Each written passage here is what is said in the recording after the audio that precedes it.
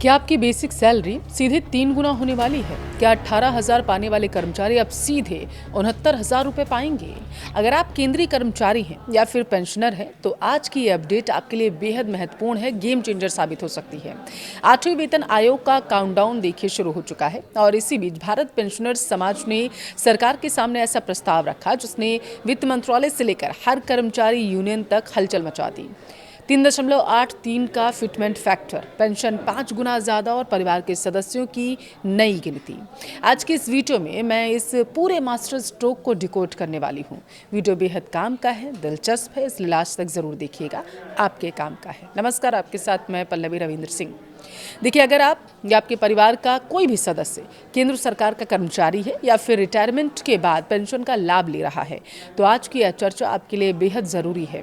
देश भर के करीब 1 करोड़ से ज़्यादा केंद्रीय कर्मचारियों और पेंशनर्स की निगाहें इन दिनों सिर्फ एक ही चीज़ पर टिकी हैं और वो है 8वां वेतन आयोग।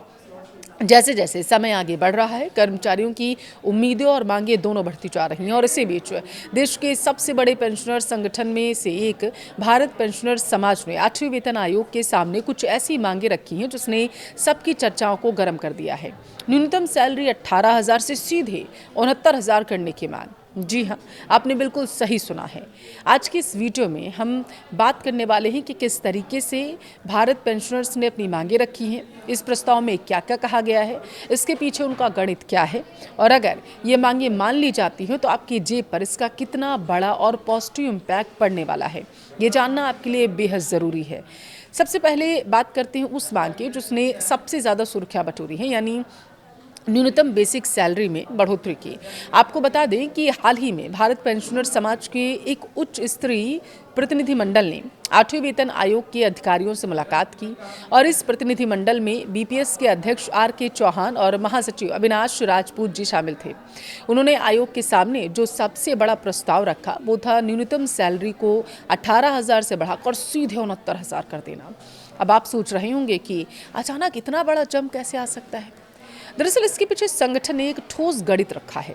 फिटमेंट फैक्टर का 7वें वेतन आयोग में फिटमेंट फैक्टर 2.57 तय किया गया था, लेकिन बीपीएस ने 8वें वेतन आयोग के लिए फिटमेंट फैक्टर के तहत 3.83 के तहत इसे फैक्टर माना है। अब जरा कैलकुलेशन समझिए आप। अगर मौजूदा 18,000 रुपये को 3.83 से गुणा किया जाता है तो यह आंकड़ा लगभग 68,940 रुपये के आसपास बैठता है और इसी आधार पर संगठन ने 69,000 रुपये की न्यूनतम सैलरी तय करने का फैसला किया है, लॉजिक दिया है उन्हें। अगर ये मांग मान ली जाती है तो एंट्री लेवल के कर्मचारियों का जीवन स्तर पूरी तरीके से बदल जाएगा। अब आते हैं हमारे रिटायर्ड पेंशनर्स के ऊपर। बढ़ती उम्र के साथ मेडिकल खर्च और जीवन यापन की लागत आसमान छू रही है। इसे ध्यान में रखते हुए बीपीएस ने पेंशनर्स के लिए एक बहुत ही मजबूत प्रस्ताव दिया है। जब प्रस्ताव पेश किया गया तो उसमें चीज़ें क्या कही गई, मैं आपको वो बताती हूँ। देखिए, फिलहाल के लिए वर्तमान में न्यूनतम पेंशन 9,000 रुपये प्रति महीने है। आज की महंगाई में 9,000 रुपये में गुजारा करना बहुत मुश्किल है, ये आप सभी लोग जानते हैं। इसलिए संगठन ने मांग की है कि इस न्यूनतम पेंशन को बढ़ाकर 45,000 रुपये कर दिया जाए या मौजूदा पेंशन से सीधा 5 गुना बढ़ जाएगा। अब इसके अलावा पेंशन कैलकुलेशन के फॉर्मूले में भी बदलाव का सुझाव दिया गया। बीपीएस का कहना है कि न्यूनतम पेंशन कर्मचारी के आखिरी वेतन का 67% होना चाहिए, जो कि आमतौर पर 50% होता है। फैमिली पेंशन आखिरी वेतन का कम से कम 50% होनी चाहिए। संगठन का दरअसल तर्क है कि जब कोई कर्मचारी रिटायर होता है या दुर्भाग्यवश किसी पेंशनर का निधन हो जाता है तो उसके परिवार के पास सम्मानजनक जीवन जीने के लिए पर्याप्त वित्तीय सुरक्षा होना जरूरी है। वेतन आयोग जब न्यूनतम सैलरी तय करता है तो वो यह मानकर चलता है कि एक कर्मचारी को कितने लोगों का पेट पालना है। इसे फैमिली यूनिट कहते हैं। अभी तक सरकार परिवार को 3 यूनिट का मानती है, यानी पति, पत्नी और एक बच्चा। लेकिन भारत पेंशनर्स समाज ने इस व्यवस्था को पूरी तरीके से बदलने की मांग की है। संगठन का सुझाव क्या है वो सुनिए। भारतीय समाज की सच्चाई को देखते हुए इस यूनिट को 3 से बढ़ाकर 5.2 यूनिट किया जाए। इसका गणित उन्होंने कुछ इस तरीके से समझाया जो मैं आपको बताने जा रही हूँ। कर्मचारी खुद यानी पेंशनर्स 1 यूनिट हो गया, पति या पत्नी 1 यूनिट हो गया, 2 बच्चे 0.8 और 0.8 यूनिट हो गए। सबसे ज़रूरी 2 बुजुर्ग माता पिता 0.8 और 0.8 यूनिट। इन सबको मिलाएं तो कुल 5.2 यूनिट बनता है। संगठन का स्पष्ट कहना है कि आज के दौर में बच्चों की पढ़ाई और बुजुर्ग माता पिता की देखभाल, उनके पूरे मेडिकल खर्चे में बहुत बड़ा जो खर्च है वो करना पड़ता है। ऐसे में पुरानी 3 यूनिट की थ्योरी अब काम की नहीं रह गई है, क्योंकि महंगाई भी बढ़ी है। सैलरी तय करते समय माता पिता की जिम्मेदारी को भी फॉर्मूले का हिस्सा बनाना ही होगा। सैलरी और बेसिक पेंशन के अलावा संगठन ने महंगाई भत्ते यानी डीए और महंगाई राहत यानी कि डीआर को लेकर के भी एक बड़ा सुझाव दिया है। फिलहाल सरकार साल में 2 बार जनवरी और जुलाई में डीए डीआर बढ़ाती है, लेकिन बीपीएस की मांग ये है कि अब इसे हर 3 महीने में यानी क्वार्टरली बढ़ाया जाए।